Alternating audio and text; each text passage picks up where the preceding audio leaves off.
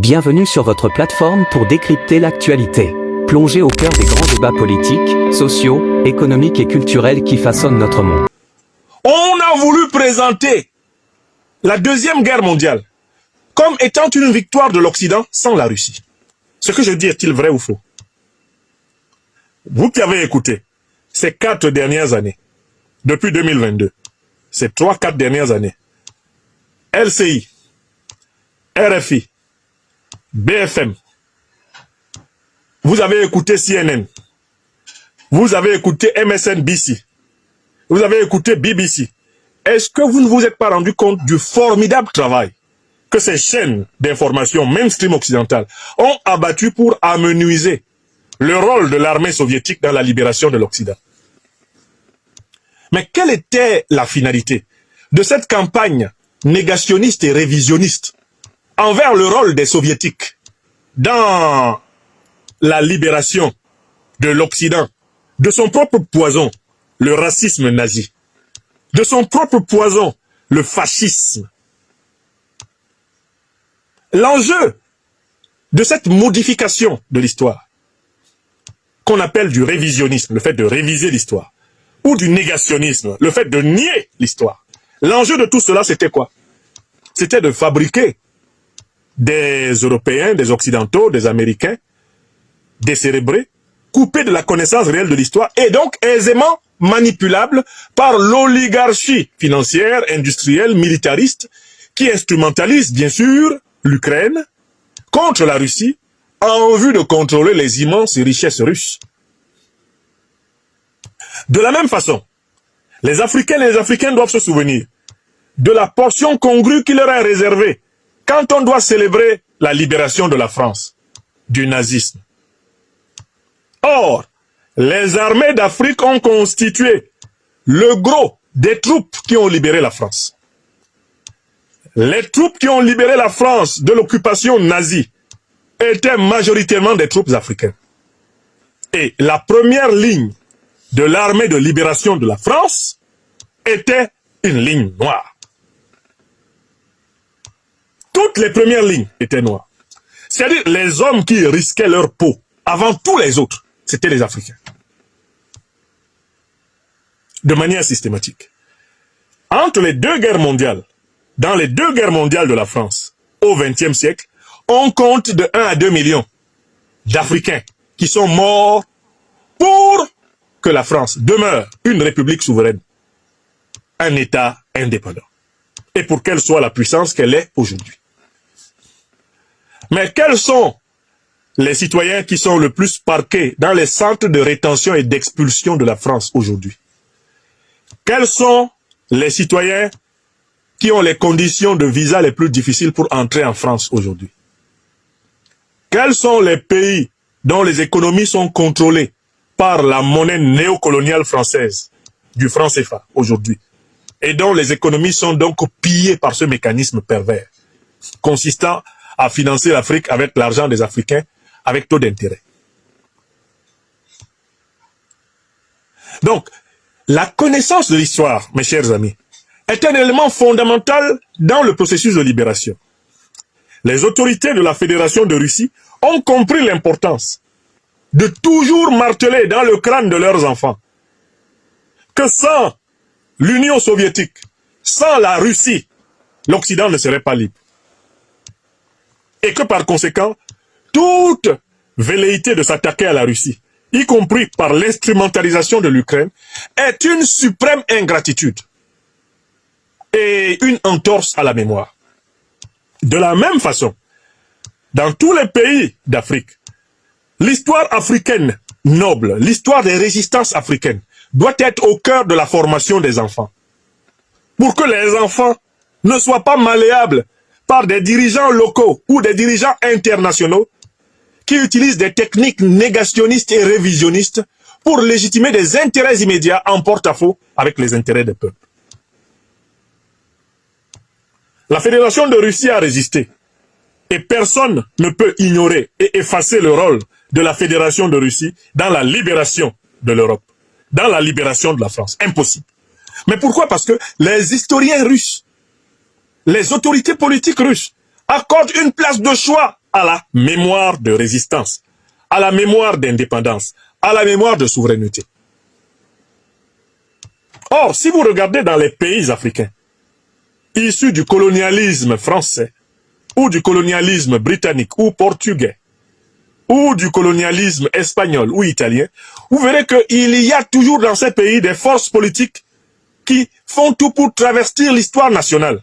Surtout des forces politiques qui ont été imposées contre la volonté des peuples africains à la tête de ces pays, continuent à détricoter l'histoire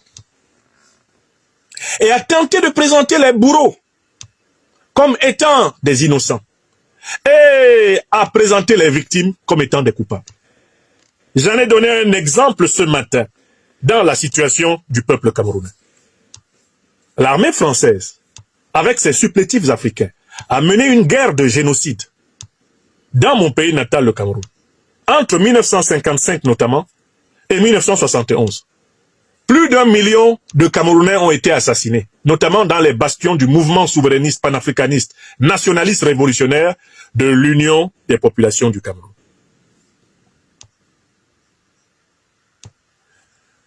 Les Camerounais ont été assassinés à plus d'1 million par l'armée française et ses supplétifs camerounais et africains parce qu'ils revendiquaient l'indépendance totale du Cameroun. Le départ total des troupes françaises, la fin et la suppression de la monnaie néocoloniale française du CFA, la fin de l'ingérence française dans la désignation des dirigeants camerounais et la fin de la domination culturelle. Le mouvement de l'Union des populations du Cameroun, de Léonard Boulé, de Ruben Oumniobé, de Abel Kingé, de Félix Roland Moumié, de Osende Afana, d'Ernest Wandier, se battait pour cela. L'armée française a non seulement veillé à massacrer toutes les populations supposées à adhérer à ce mouvement dans toute la mesure du possible, mais elle a veillé à décapiter tout le leadership révolutionnaire camerounais, jusqu'à l'exécution, le 15 janvier 1971, à Bafoussam, du dernier grand chef révolutionnaire, eh bien, du mouvement indépendantiste camerounais, le professeur Ernest Wandier. Or, que se passe-t-il actuellement au Cameroun? Vous avez des groupes politiques, du pouvoir et même de l'opposition, qui s'amusent à vouloir présenter le principal adjoint de l'armée française pour tuer plus d'1 million de Camerounais, Amadou Ahidjo, comme étant un bon type. On essaie de le présenter comme une bonne personne pour semer du trouble dans la mémoire de lutte du peuple camerounais. On veut présenter ce monsieur-là qui a été imposé à la tête du Cameroun à la fin des années 50 par la fraude électorale française, qui a organisé sous le patronat de la France l'élimination de près d'1 million, plus d'1 million de ses compatriotes. On veut le présenter maintenant comme étant meilleur que Biya. Or, Paul Biya, que vous voyez là, lui, il était aux côtés d'Amadou Ahidjo à partir de 1961, coopté par les mêmes colons français. Il a été intégré dans le gouvernement camerounais à partir de 1961, après ses études à l'école coloniale à Paris. Il a été au plus haut niveau du régime, au point qu'en 1975, il en était devenu le Premier ministre, après avoir été secrétaire général de la présidence, après avoir été directeur de cabinet civil de la présidence, proche collaborateur d'Amadou Ahidjo. Donc, c'est quelqu'un qui est comptable de l'assassinat, du génocide de plus d'1 million de Camerounais. Paul Biya, comme vous voyez là, qui est assis en Bomeka, ou à Yaoundé, à l'heure où je vous parle. Or, vous avez des Camerounais surgis du fond de l'ignorance massive de l'histoire du Cameroun qui est en train d'être répandue comme étant la norme. Vous avez des Camerounais qui se lèvent, il va à la télé, il va à la radio. Bon, il vous dit que Paul Biya, c'est le plus... Paul Biya est trop méchant. Ahidjo était meilleur. Mais dites-moi, entre quelqu'un qui massacre des dizaines de milliers de Camerounais au Cameroun anglophone, quelqu'un qui a massacré des milliers de Camerounais autour des événements de 1984, avril 84, les faux procès de Mbalmayo, des milliers de soldats ont été passés par les armes à l'issue de procédures sommaires. Quelqu'un qui a tué les Camerounais là comme ça, y compris de manière indirecte par l'organisation de la misère, la pauvreté, entre lui et l'autre qui, aux côtés de l'armée française, a massacré plus d'1 million de Camerounais, a assassiné, a participé à l'assassinat de tout un leadership panafricanisme révolutionnaire de qualité que le Cameroun avait. Vous choisissez qui dedans? Entre le choléra et la peste, tu prends quoi? Je dis, entre la mort et la destruction, tu prends quoi? Qu'est-ce que tu peux choisir entre l'enfer et la déréliction absolue? Est-ce qu'il y a un choix possible? Qui plus est, les deux ont été cooptés par Paris. Les deux ont cheminé ensemble pendant pratiquement 25 ans. Et vous voulez choisir entre Biya et Ahidjo. Vous vous rendez compte de ce qui se passe au Cameroun? C'est comme ça qu'on trouble l'esprit d'un peuple et qu'on l'empêche de se libérer. Parce qu'on le nourrit de mensonges. La vérité est que nous avons affaire au Cameroun à un régime qui a été imposé par le colonialisme français sur la base de la violence, du mensonge et de la fraude électorale et de la corruption. C'est ça la vérité. Depuis la fin des années 50 jusqu'à maintenant, ceux qui dirigent le Cameroun n'ont jamais été librement choisis par le peuple camerounais. Jamais. Voilà la réalité. Et on ne peut pas libérer un pays avec des mensonges. On ne peut pas libérer un pays avec des mensonges. Un pays ne peut pas se retrouver sur ses deux pieds avec une élite qui ment. Je pense ici à mon frère, mon compatriote camerounais, Valère Bessala, qui dit qu'il est soi-disant candidat à une élection présidentielle qui n'existe pas. Il n'y a pas d'élection présidentielle au Cameroun. Il n'y a pas d'élection présidentielle au Cameroun. La commission électorale, ce sont que des partisans du parti au pouvoir. La Cour constitutionnelle, qui doit arbitrer le contentieux électoral, ce sont des partisans du parti au pouvoir. Les médias d'État sont sous la botte du parti au pouvoir. Les principales forces de défense et de sécurité sont sous la botte du parti au pouvoir. Qui peut avoir du respect pour le peuple camerounais et dire qu'il y a élection? Ça ne s'appelle pas élection, nous avons élaboré un concept pour cela. C'est une élection pourrie. C'est une pourrie élection. Non, Valère Bessal a dit que lui, il est candidat à ce machin-là, en sachant très bien qu'en fait, il est un figurant. Il est un figurant. Être candidat dans ces conditions, c'est accepter d'être un figurant. En sachant très bien que vous ne pourrez ni de près ni de loin influer sur le résultat. Vous êtes un figurant dans ces conditions.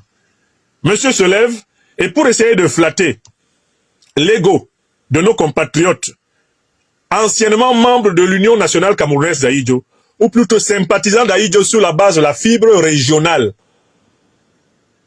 du nord, de l'extrême nord de la Damawa, pour les flatter, monsieur se met à nous présenter Ahidjo comme un ange et Paul Biya comme un démon. Les deux sont des démons.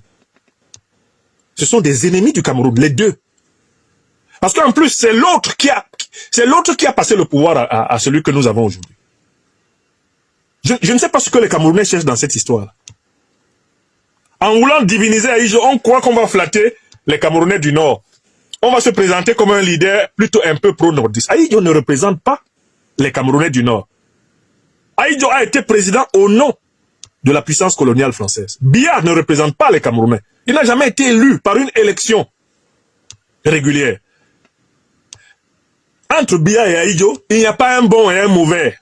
C'est la continuité du mal camerounais. Et voilà ce qu'on doit enseigner pour libérer. Le régime que nous avons là, qu'il soit du nord ou qu'il soit du sud, ceux qui dirigent ce régime, qu'ils soient... Et puis toutes les ethnies sont dans le régime de Biya. Et il n'y a pas de région qui n'est pas des membres de sa soi-disant ethnie dans le régime de Biya. Ah bon, Biya est du centre, Biya est du sud.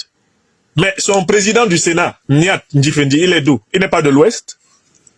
Son président de l'Assemblée nationale, Kava Yegedribil, il est d'où? Il n'est pas de l'extrême nord. Qu'est-ce que vous racontez aux gens? Est-ce que ce sont les origines qui font la nature du régime actuel? Non! Le régime actuel, ce ne sont pas les origines ethniques qui font la nature du régime actuel. Le régime actuel est d'essence néocoloniale. Il nous a été imposé par la puissance coloniale. Voilà sa racine. Et nous ne pouvons pas libérer le Cameroun si nous ne sommes pas rassemblés par cette vérité. Vous voyez, les soviétiques, les Russes sont capables de résister à la domination parce qu'ils ont des lignes fortes de leur mémoire historique. Ils savent que sans eux, l'Occident ne serait pas libre. Ils savent que sans la défaite d'Hitler à Stalingrad, le monde ne serait pas ce qu'il est aujourd'hui. les Français parleraient allemand. Et cela, ça s'enseigne de la maternelle à l'université. Même quand vous avez affaire à un opposant russe, à quelqu'un qui est opposé à Vladimir Poutine, même les opposants russes vous disent que sans la Russie, la France n'était pas libre. Et c'est cette dimension qu'on doit donner aux citoyens africains, pays par pays, dans tous les pays africains. La conscience de la mémoire longue de leur nation. On ne peut pas venir prendre quelqu'un qui vous a été imposé par la puissance néocoloniale, la puissance coloniale, et le présenter comme le défenseur de votre libération. Jamais. Si vous avez une mémoire historique. Jamais vous n'allez accepter cela. Et c'est avec cette conscience historique forte qu'on libère un peuple. Et ce sont ceux qui disent la vérité au peuple, qui méritent de le diriger. Le peuple doit confier le pouvoir à ceux qui lui disent la vérité.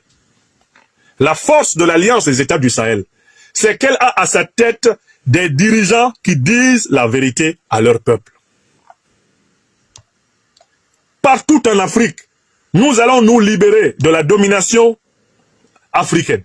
Nous allons nous libérer de la domination internationale si nous prenons l'habitude d'aimer la vérité. Aimons la vérité. Et ça, c'est une leçon. Parce que l'un des piliers de la résistance soviétique et de la résistance russe, c'est la mémoire. Ils ne jouent pas avec la mémoire. Alors, celui qui vous parle a visité la Fédération de Russie. J'ai eu l'occasion d'aller, par exemple, à l'Institut d'études africaines de Moscou. J'ai eu l'occasion d'aller voir le Gorchakov Fund, qui forme les diplomates russes. Seigneur, le nombre de séminaires qu'un futur diplomate russe reçoit en termes de connaissance de la mémoire diplomatique de son pays. Le nombre de séminaires qu'il reçoit sur les grands enjeux géoéconomiques, géopolitiques, géostratégiques planétaires. Le jeune diplomate russe, à 22-23 ans, il est imbattable. Tu ne peux pas le faire balader. Sur les grands axes des intérêts vitaux de son pays, sur les grands axes de la géostratégie, tu ne le balades pas. Parce qu'ils reçoivent une formation sérieuse, en ce sens. C'est ce que nous devons faire en Afrique. C'est pour ça que j'ai créé l'Institut de l'Afrique des Libertés. Pour montrer comment on peut former. Et c'est pour cela que je donne des émissions pédagogiques pour montrer comment on peut former. Je ne viens pas sur les réseaux sociaux pour faire le buzz. Je viens sur les réseaux sociaux pour éveiller les consciences. Oui. Parce que je sais que les grandes puissances se construisent sur des consciences éveillées. Vous avez des gens qui sont mal formés, vous avez une classe politique qui raconte n'importe quoi sur l'histoire du pays, vous avez une classe politique qui a une vision approximative des grandes étapes, des grands enjeux de la vie du pays. Vous êtes en danger, et c'est ce qu'on est en train de voir au Cameroun. Je prends le Cameroun, mais on peut voir ça en Côte d'Ivoire, on peut voir ça un peu partout. Mais ça donne des situations comme le Gabon, où un ennemi de la mémoire de résistance du Gabon, on l'applaudit dans un stade, et on ose applaudir un leader panafricaniste en même temps. Ça donne des états de confusion mentale, comme ce qu'on a vu dans un stade à Libreville.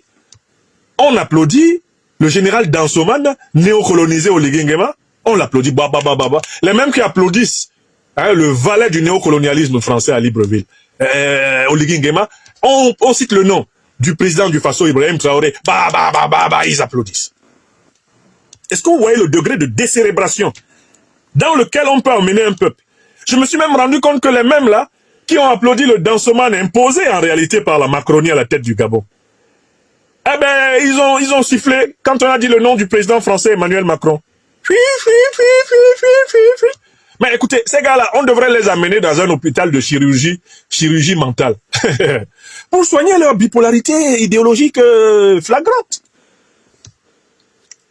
Mais écoutez, vous ne pouvez pas applaudir au Ligingema, qui est le pur produit de Macron, qui est le putiste chouchou de l'Élysée, et puis vous sifflez Emmanuel Macron. Là pour une fois. Mais Emmanuel Macron, on a presque pitié pour lui. Il a raison de se plaindre parfois de manque de reconnaissance.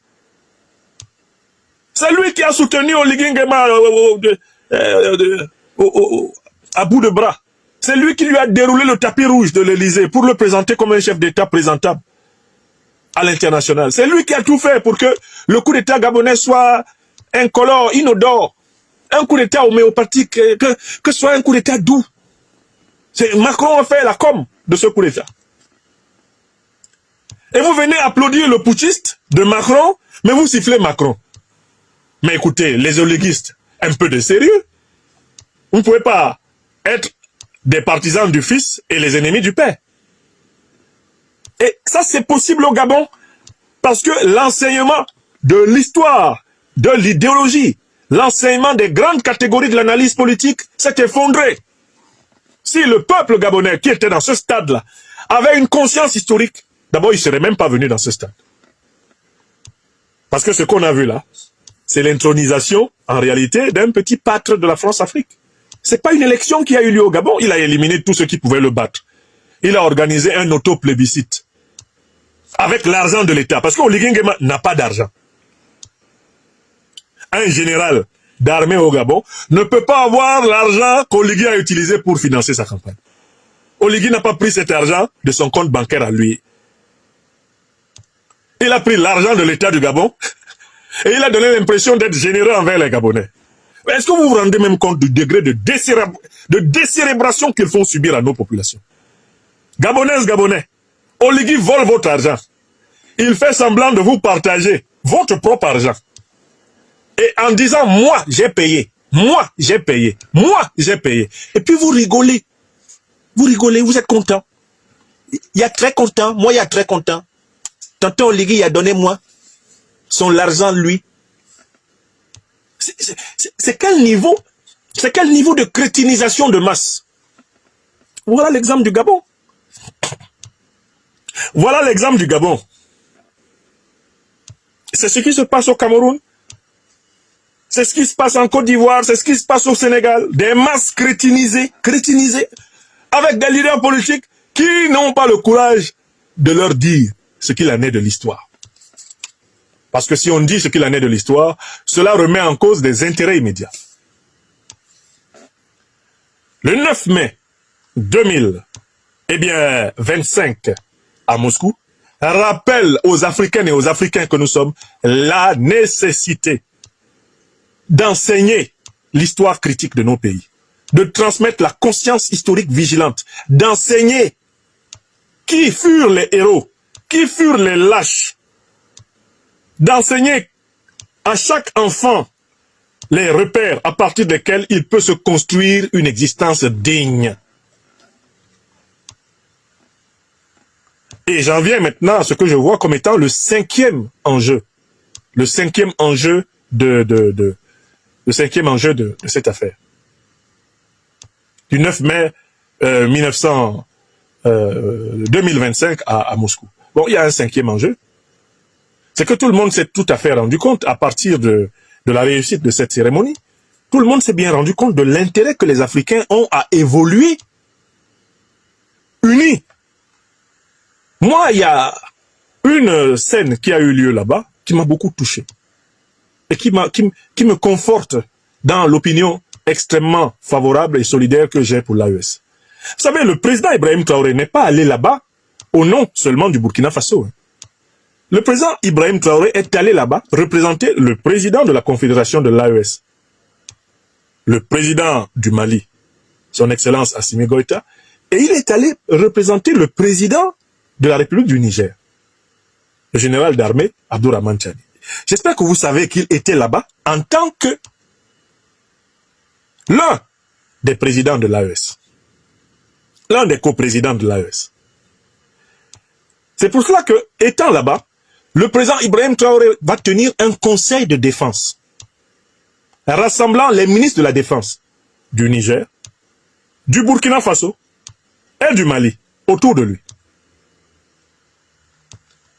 Vous voyez très bien que lorsque les Africains constituent des puissances régionales, ils ont suffisamment de coffres pour se tenir devant les grandes puissances mondiales. Quand le président Traoré, qui est porteur de la vision collective de l'AES, qu'il partage avec le président Tchani et le président Goïta, quand le président Traoré rassemble les militaires, les grands chefs militaires du Mali, du Burkina Faso et du Niger à Moscou, est-ce que vous n'y voyez pas le signe de la maturité géopolitique et géostratégique? La Fédération de Russie, grâce à cela, est encore plus à l'aise pour aider l'AES. Parce qu'au lieu d'aider chaque pays séparément, la Fédération de Russie s'engage maintenant à aider la construction. Elle s'engage maintenant, la Fédération de Russie s'engage maintenant à aider la construction de l'armée intégrée. Est-ce que vous ne voyez pas le gain d'échelle, l'économie d'échelle? Est-ce que vous ne voyez pas l'impact de puissance qu'il y a pour 3 pays essentiels du Sahel de parler le même langage devant la Russie? Parler le même langage devant la Chine. Parler le même langage devant les États-Unis d'Amérique. Est-ce que vous mesurez ce que ça donne? Ce que ça donne, c'est que lorsque c'est la Confédération des États du Sahel qui parle, le poids de tous les 3 pays pèse dans la parole de celui qui parle. Ce n'est plus le poids d'un seul pays qui pèse, c'est 3 pays. Calculez la démographie, calculez les ressources naturelles des 3 pays intégrés, calculez la puissance militaire potentielle, calculez la puissance économique, monétaire potentielle. Tout ça se projette dans le verbe du représentant. Vous comprenez? Donc, il y a une leçon là. C'est que, en fait, nous n'avons pas le choix, nous, Africains. Nous devons nous hâter à construire des fédérations, d'abord régionales intégrées. Nous devons nous hâter à aller vers un grand État, une grande fédération d'Afrique subsaharienne. Quand nous aurons atteint ce niveau, nous serons le plus puissant État du monde. Et vous savez pourquoi nous sommes combattus? C'est parce que, potentiellement, les États-Unis d'Afrique seraient la plus grande puissance du monde.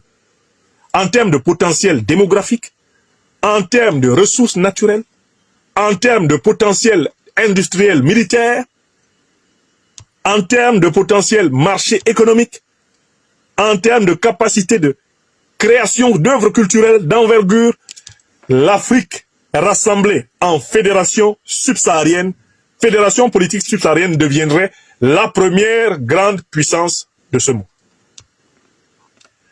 Et n'oubliez pas ce que je vous ai dit. Souvenez-vous, j'ai parlé de l'aiguille de l'axe de la planète. L'aiguille s'est déplacée de l'ouest, elle est allée à l'est. Et je vous dis qu'après que l'aiguille, de la grande puissance planétaire ait visité la Chine, elle va descendre, elle va tourner, elle va venir dans le plein sud. Elle sera africaine. L'Afrique est l'avant-prochaine. L'après-prochaine, plutôt. L'Afrique est l'après-prochaine grande puissance planétaire.